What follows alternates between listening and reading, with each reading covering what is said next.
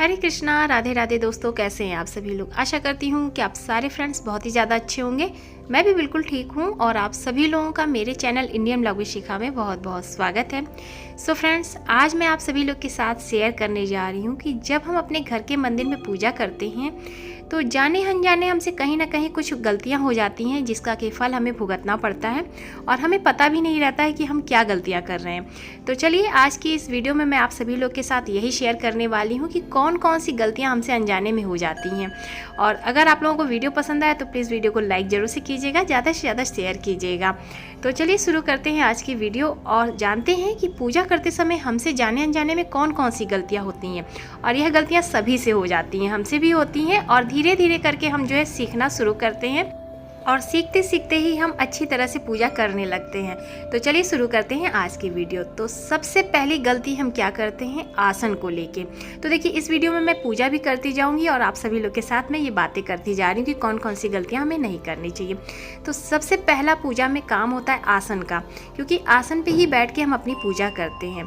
तो आसन के लिए थोड़ा सा हमें जानकारी रखना चाहिए कि आसन हमेशा हमें अपना अलग रखना चाहिए। और हाँ, सबसे पहले आसन हमें बिछाकर उससे प्रणाम करके बैठना चाहिए। बहुत सारे लोगों को आपने देखा होगा कि आसन को पैर से इधर उधर कर देते हैं या जैसे तैसे उसे लेके बैठ जाते हैं, जिसका कि हमें दोष बहुत लगता है, क्योंकि आसन भी एक पूजा की वस्तु होती है। यानी कि पूजा के आसन को हमें बहुत ही सम्मान के साथ प्रणाम करके उस पर बैठ के हमें पूजा करनी चाहिए। और अपना पूजा का जो है आसन अलग रखने के जो है प्रयास करिए, क्योंकि आसन पे बैठ के हम बहुत सारे मंत्र का जाप करते हैं, पूजा करते हैं, उसमें हमारी शक्तियाँ जो है निहित होती हैं।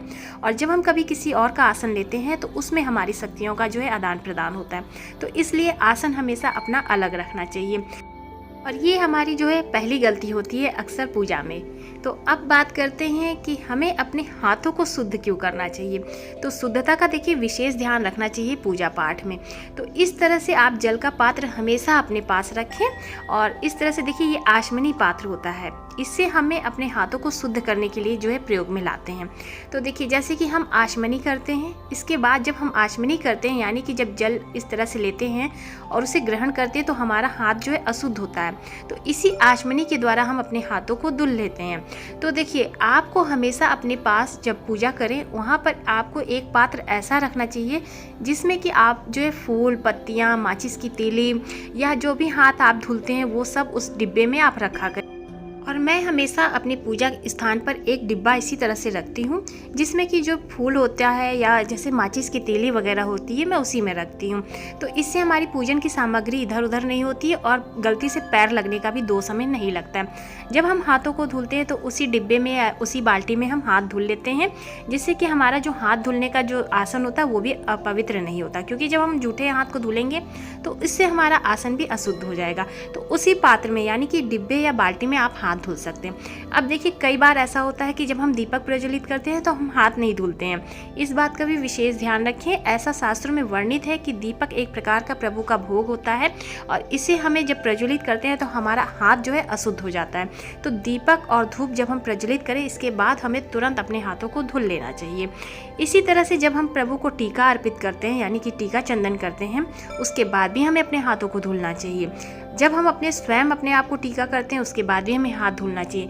जब हम प्रभु को पुष्प अर्पित करते हैं उसके बाद भी हमें हाथों को धुल लेना चाहिए। देखिए, पूजा में इसी बात का विशेष ध्यान रखना चाहिए कि ये पंचपात्र इसीलिए बनाया गया है जिससे कि हम अपने हाथों को हमेशा स्वच्छ करते रहें और आचमनी के द्वारा अपने हाथों को धुलते रहें। देखिए, जो भी प्रभु को हम अर्पित करेंगे उसके बाद हमें अपने हाथों को शुद्ध करना है, यानी कि 1 चम्मच पात्र से जल लेना है और अपने हाथों को धुल लेना है। इसके बाद जो है हम अपनी पूजा प्रारंभ करेंगे। तो इसी तरह से हाथों की स्वच्छता हमें ज़रूर से ध्यान रखनी चाहिए। और इस तरह से ये गलतियाँ भी हम हमेशा करते हैं कि हम पूजा करते रहते हैं और इस बात का हमें ध्यान नहीं रहता कि हम इसी तरह अशुद्ध हाथ से अपनी सारी पूजाएं कर लेते हैं। क्योंकि ज़्यादातर लोगों को आपने भी देखा होगा और हम सब भी यही गलतियां करते हैं, पूजा अपनी करते रहते हैं और हमें इस बात का ध्यान नहीं रहता कि हमने दीपक प्रज्वलित किया है या हमें हाथ धुलना चाहिए या हमने पुष्प अर्पित किया है, हमें हाथ धुलना चाहिए। तो इसलिए इस बात का विशेष ध्यान रखना चाहिए। जब आप इस तरह से आदत डाल लेंगे तो आपसे ये गलतियाँ नहीं होंगी। देखिए, ये छोटी छोटी गलतियों से ही हमारी जो है पूजा कहीं ना कहीं विफल हो जाती है। तो इस तरह से हमें जो है ध्यान देना चाहिए, अपने हाथों को शुद्ध करते रहना चाहिए। अब बात करते हैं दीपक की। देखिए, यहाँ पर भी जो है ये गलतियाँ भी हम बहुत बार कर बैठते हैं कि दीपक हमारा, आपने देखा होगा कि बहुत जगह पे जब हम दीपक प्रज्वलित करते हैं तो दीपक बहुत ही गंदा सा रहता है। उस दीपक यानी कि उस दिया को हमें बहुत ही अच्छे से साफ़ करके रखना चाहिए, क्योंकि दिया भी एक प्रकार का जो है प्रभु का भोग होता है। तो वो दीपक का जो पात्र होता है वो बहुत ही शुद्ध होना चाहिए, अच्छा होना चाहिए, साफ़ होना चाहिए। और हाँ, दीपक हमेशा आपको अलग अलग रखने चाहिए। घी का दीपक अलग रखना चाहिए, तेल का दीपक अलग बना के रखें। और इस तरह से अगर आप मिट्टी का दीपक प्रयोग में ला रहे हैं तो बहुत लोगों को आपने देखा होगा कि उसी दीपक में वो बार बार जो है दीपक प्रज्वलित करते हैं। ऐसा जो है बिल्कुल भी नहीं करना चाहिए, इससे हमारी माता लक्ष्मी रुष्ट होती हैं। तो दीपक भी आप हमेशा अपने घर के मंदिर में नया रखें। अगर आप मिट्टी का दीपक प्रयोग में लाते हैं तो मिट्टी का भी दीपक हमेशा नया रखें। मंदिर में भी आपने देखा होगा बहुत लोग जाते हैं और अपनी जो दूसरे का दिया जलता रहता है, जो बुझ जाता है, उसी दिया को लेकर उसी में अपनी बत्ती जो है डिब्बे में से निकाल के जला लेते हैं, प्रज्वलित कर लेते हैं। यह भी बहुत ही जो है, इसका भी हमें जो है फल नहीं प्राप्त होता है, क्योंकि वो एक तरह से दूसरे का दिया होता है, जूठा होता है, उसका दुर्भाग्य हमें लगने का जो है डर रहता है। तो इस बात का जो है विशेष ध्यान रखें। आप एक दिया जो है खरीद के रखें अपने पास पूजन के पास, और जब भी जाएं मंदिर तो अपना खुद का दीपक लेके जाएं। घर के भी दीपक को आप अच्छे से रखें, साफ़ सफाई करके रखें। और जब भी आप दीपक प्रज्वलित करें इस बात का ध्यान रखें, दीपक हमेशा साफ़ सुथरा करके धुल के उसमें नई बत्ती डाल के, तेल डाल के, जो भी घी वगैरह डालते हैं वो डाल के आप दीपक प्रज्वलित करें।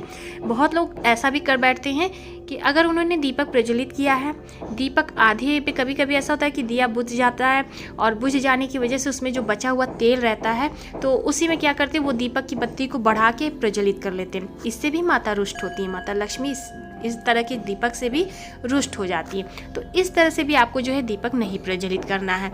दीपक को पुनः साफ़ कर लें, जो बचा हुआ तेल है उसे आप अपने जो है प्रयोग में ला सकते हैं, जैसे कि आप उसे अपने शरीर में लगा सकते हैं, या आप नहीं आप यूज़ करना चाहते तो आप गमले में भी डाल सकते हैं। इस तरह से आप कर सकते हैं। देखिए, जो बचा हुआ दीपक का तेल होता है ना, उसे अगर आप अपने बच्चों को या आप स्वयं अपने लगाते हैं तो बहुत ही उसका आशीर्वाद मिलता है।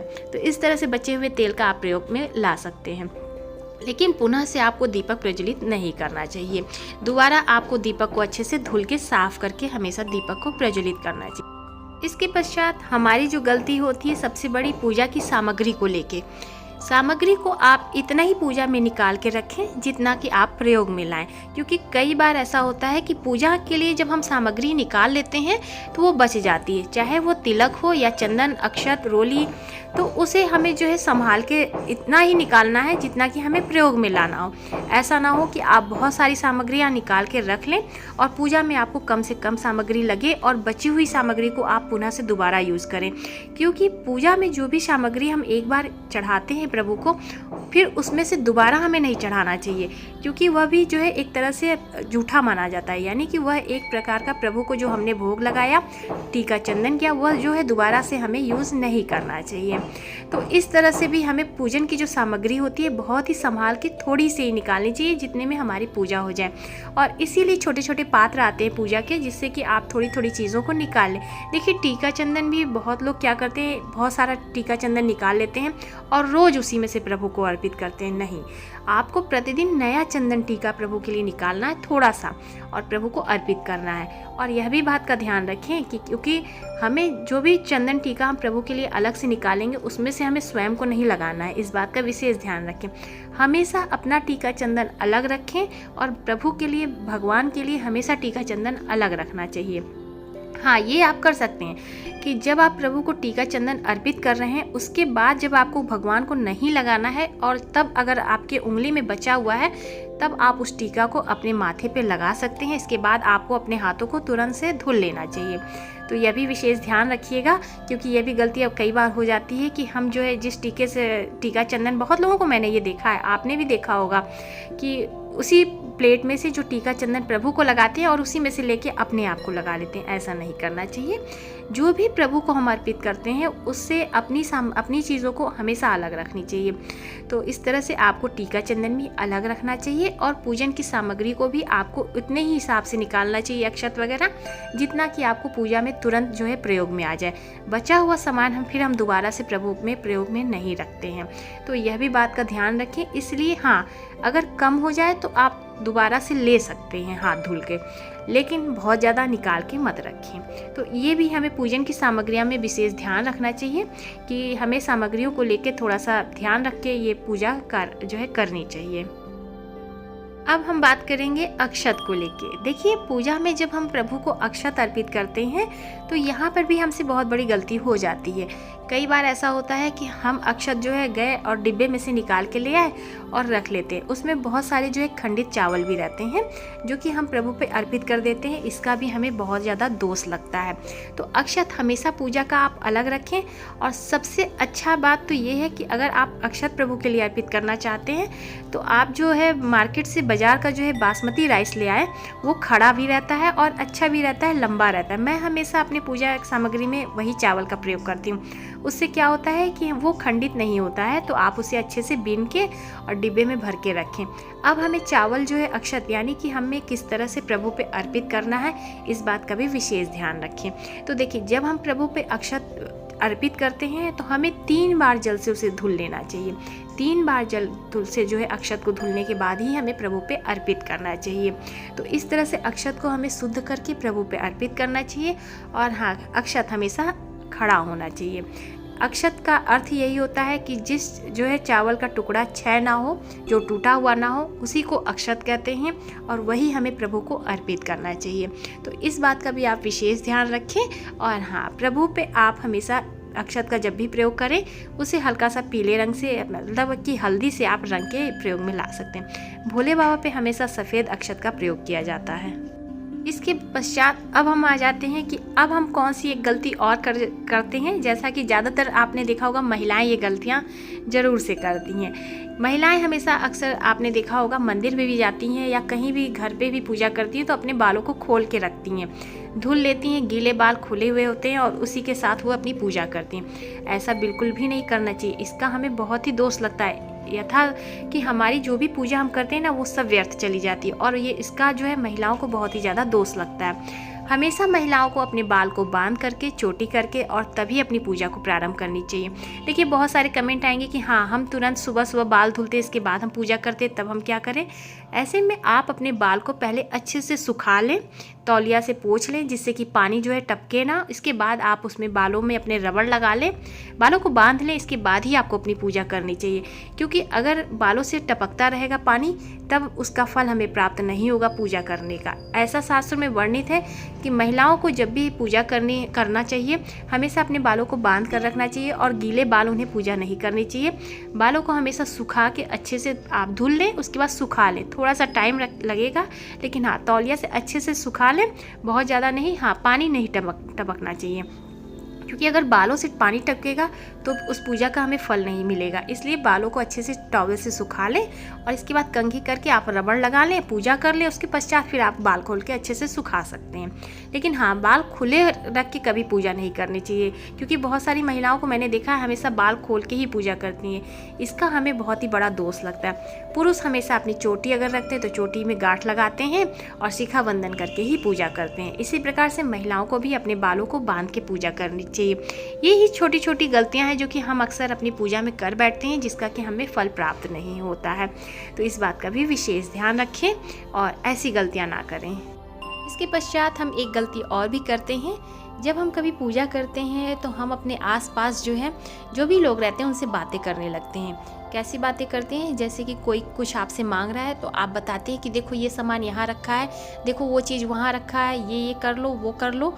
ऐसे में क्या होती है, हमारी पूजा डिस्टर्ब होती है और इसका हमें फल नहीं प्राप्त होता। ये गलती हमें भूल के भी नहीं करनी चाहिए। तो इस तरह की गलतियां हम बहुत ज़्यादा पूजा में कर बैठते हैं और इसीलिए पूजा का जो स्थान है वो हमेशा एकांत में बनाना चाहिए, जिससे कि जब आप पूजा करें तो एकांत में बैठ के करें, आपको कोई डिस्टर्ब करने वाला ना हो।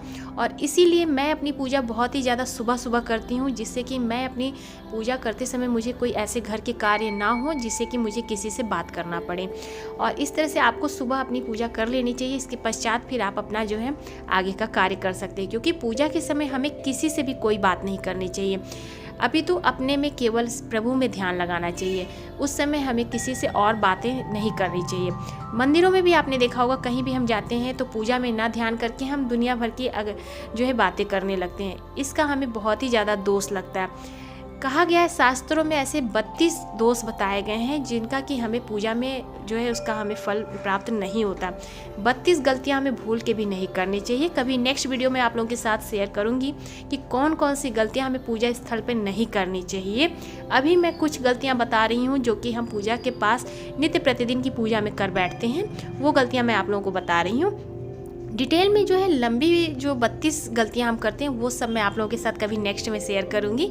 अभी मैं केवल इतना ही बता रही हूँ। तो कुछ इस प्रकार की गलतियां हम अपने पूजा घर में कर बैठते हैं जब हम पूजा करते हैं, तो वही मैं आप लोगों के साथ शेयर कर रही हूँ कि अगर आप भी इस तरह की गलतियां करते हैं तो इस तरह से आप भी गलतियों से बच सकते हैं और अपनी पूजा पे विशेष थोड़ा सा ध्यान दे दें तो उसका हमें जो है शुभ फल प्राप्त होगा। क्योंकि अगर हम गलतियाँ करके ही पूजा करते हैं तो उसका हमें फल नहीं प्राप्त होता है, और अगर हम जान के सीख लेते हैं उस चीज़ को तो उसका हमें जो है शुभ फल प्राप्त होता है। तो इस प्रकार से आप अपने पूजा घर में ये गलतियों को ना करते हुए अपनी पूजा करें और उसका फल आपको ज़रूर से प्राप्त होगा।